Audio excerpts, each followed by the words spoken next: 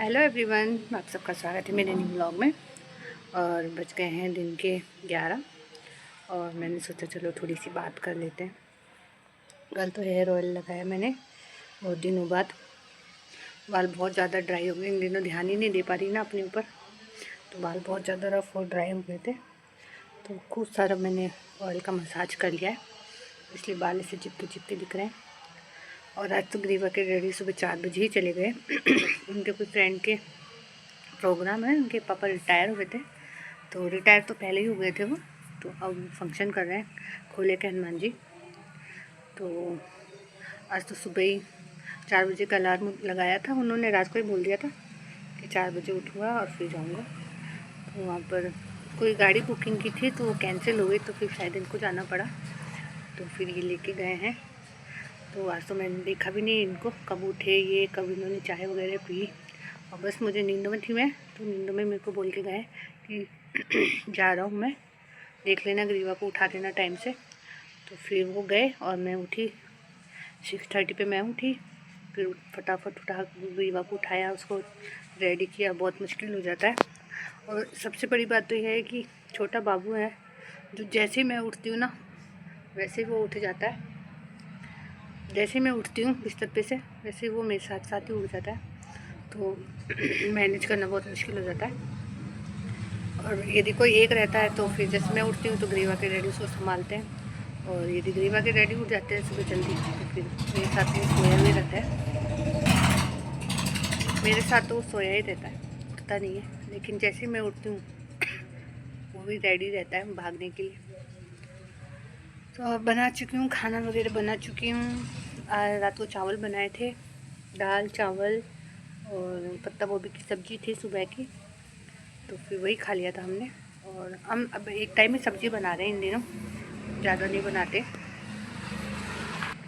एक टाइम बनाती हूँ कि दोनों टाइम चल जाता है।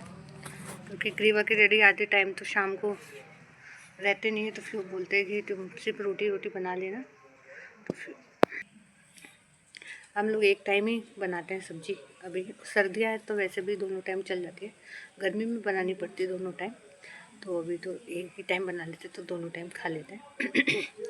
और गला अभी भी थोड़ा सा खसखस कर रहा है, कभी कभी हो जाती है खांसी, नहीं तो ऐसे तो कभी रात को सोते हो तो होती नहीं है, दिन भर भी नहीं चलती, और कभी कभी हो जाती है खांसी।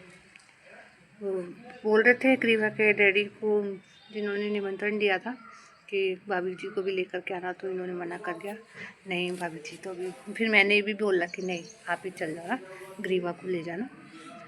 तो फिर बोले ठीक है। हाँ, क्योंकि फिर ये मम्मी को, वो मम्मी की परेशानी है ना, और अभी है नहीं, मम्मी भी गाँव गई हुई है, तो फिर परेशानी हो जाती है, इसलिए फिर मैंने कहा नहीं आप ही चल जाना। देखिए क्या होता है। अब 30 तारीख को जाना है हॉस्पिटल। मम्मी की तो हालत में सुधार तो नहीं है बिल्कुल भी, अब तो और लग रहा है कि और ही डैमेज हो रही है धीरे धीरे। देखो क्या भगवान क्या करता है। अब हम लोगों ने तो एक्सेप्ट कर ही लिया है इस चीज़ को।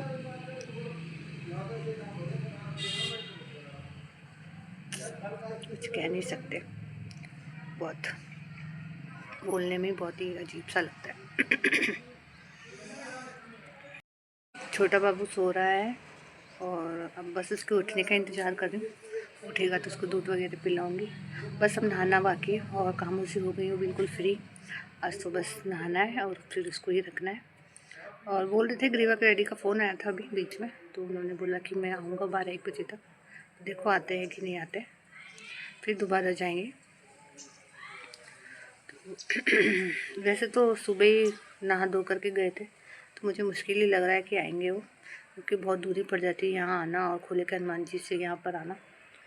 तो शायद अब वो रात को ही आएंगे, पर कह रहे थे कि ग्रीवा को भी लेके जाऊँगा, तो देखो हो सकता है कि ग्रीवा के लिए आ जाए।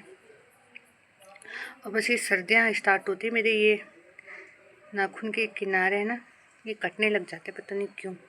और मेरी तो आदत है कि हर बार कुछ भी करती हूँ ना उसके बाद मैं मॉइस्चराइज़र ज़रूर लगाती हूँ मेरे हाथों पर, और नहीं लगाऊँ ना तो ऐसा लगता है जैसे हाथ एकदम बिल्कुल टाइट टाइट और कड़क हो गए, फिर भी कट जाते। सर्दी आते ही हर साल का यही है, सर्दी आई नहीं और मेरे ये हाथ किनारे कटने लगते हैं।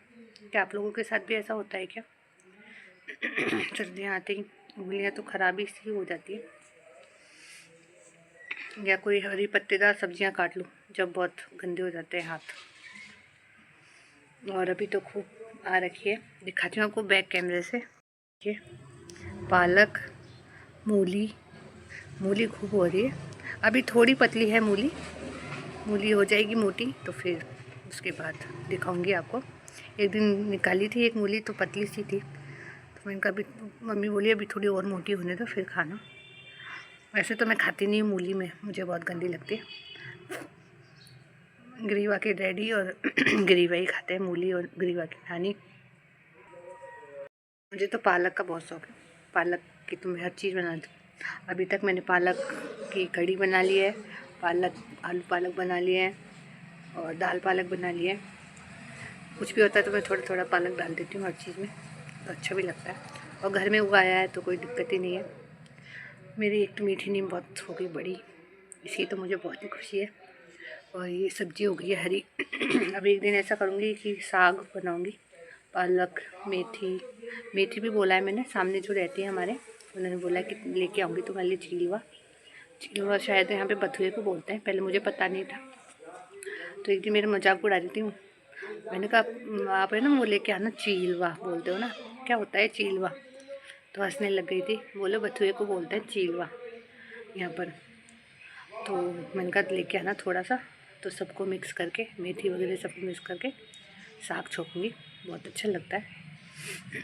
और मेरी मम्मी तो प्लेन पालक का और मूली के पत्तों का बहुत अच्छा साग छोकती है। मम्मी के हाथ में बहुत स्वाद है। बस अब मम्मी का भी फ़ोन आया था, तो मम्मी भी बोल रही थी कि आने वाली है, मम्मी भी थोड़ा बहुत काम है। शादी तो हो गई है, बढ़िया राजी खुशी शादी हो गई है। मम्मी का मन था जो हो गया, मम्मी का मन पूरा हो गया। बस अब 3 को रिटर्न है, 3 का टिकट है, 4 को आ जाएंगी। 1 में रहेंगी जामडोली और फिर वापस मेरे पास आ जाएंगी, 5-6 तक मेरे पास आ जाएंगी। तो आज तो बस इतना ही है, और तो कुछ नहीं अपडेट है नहीं। मैंने कहा चलो थोड़ा सा व्लॉगिंग कर लेती हूँ, तो करती हूँ अब इसी के साथ व्लॉग का एंड। यदि आप लोगों को मेरी वीडियो अच्छी लगती हो तो मेरी वीडियो को लाइक करें, मेरे चैनल को सब्सक्राइब करें और मुझे सपोर्ट करें। Thank you.